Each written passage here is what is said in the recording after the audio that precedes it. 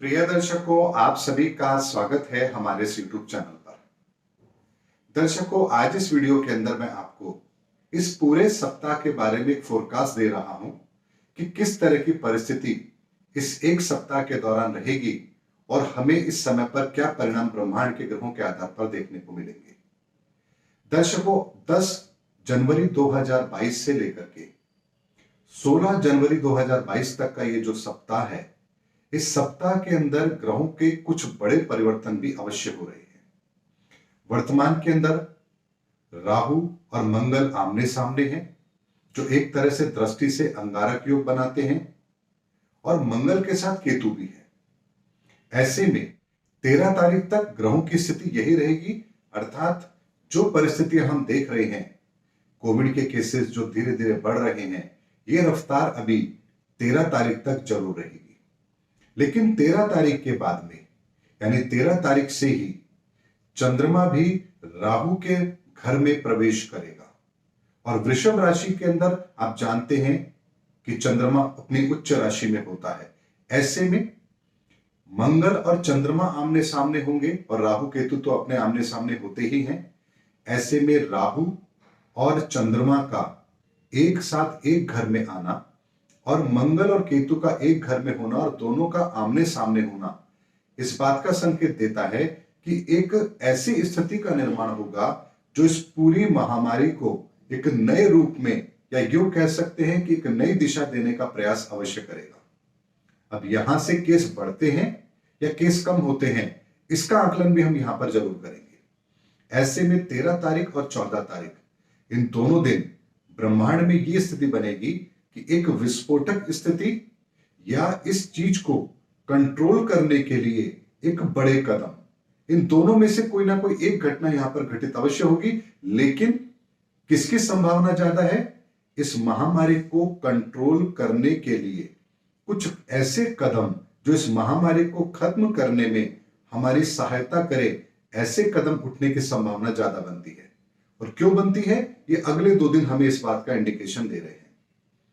जैसे ही 14 तारीख के बाद में हम 15 तारीख पर आएंगे, चंद्रमा मिथुन राशि में प्रवेश करेंगे, और चंद्रमा के मिथुन राशि में प्रवेश करने के साथ ही ये काल सर्प योग भंग भी होगा।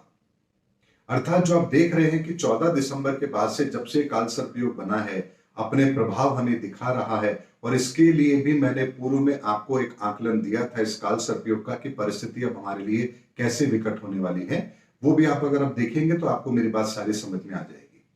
ऐसे में 15 तारीख को चंद्रमा के राशि परिवर्तन के साथ ही इस काल सर्प योग को खंडित होने का एक योग बनेगा, और ये हमारे लिए एक सुखद स्थिति होगी।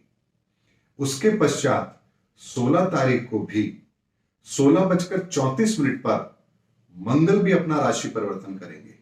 और जैसे ही मंगल का राशि परिवर्तन होगा, उसके साथ ही ये जो राहु और मंगल आमने सामने बैठ करके महामारी को बढ़ाने का काम कर रहे हैं, इसमें एक बहुत बड़ा ब्रेक जरूर लगेगा। ऐसे में 16 जनवरी 16:34 के बाद जैसे ही मंगल का राशि परिवर्तन होगा, उसके पश्चात पूरी दुनिया के अंदर इस महामारी के केसेस के अंदर हम एक तेज गिरावट आते हुए जरूर देखेंगे। दर्शकों, उसके बाद जुलाई तक तकरीबन ऐसा ही समय रहेगा जब लगातार केसेस के अंदर कमी आती चली जाएगी, और ये विश्व एक सुखद स्थिति में जरूर आएगा।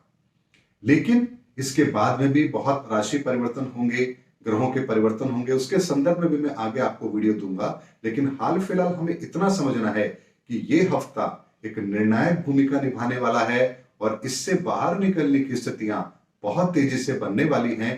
और 16 जनवरी 2022 के पश्चात हम इस महामारी के प्रकोप को पूरे विश्व के अंदर कम होता हुआ अवश्य देखेंगे। लोगों के संक्रमित होने की संख्या में तेज गिरावट भी अवश्य आएगी। दर्शकों, मैंने आपको इस हफ्ते का आकलन दिया है। इस हफ्ते के आकलन को देने के पीछे मेरा तात्पर्य यह है ताकि हम एक एक हफ्ते का फोरकास्ट इस चीज को लेकर के चलें कि ब्रह्मांड के अंदर जो ग्रहों की परिस्थिति है, वो अब हमें क्या संकेत दे रही है। और आप हर हफ्ते जब इस चीज को घटित होता हुआ देखेंगे, तो आपको यह भी एहसास होगा कि ग्रहों की परिस्थिति का आकलन यदि सही ढंग से किया जा रहा है, तो उसके परिणाम भी वही होंगे जो मैं आपको दे रहा हूं। उम्मीद करता हूं दर्शकों मेरा वीडियो आपको अच्छा लगा होगा। अगले वीडियो के अंदर आपसे फिर भेंट होगी, तब तक हमारे चैनल पर बने रहिए। जय हिंद, जय भारत।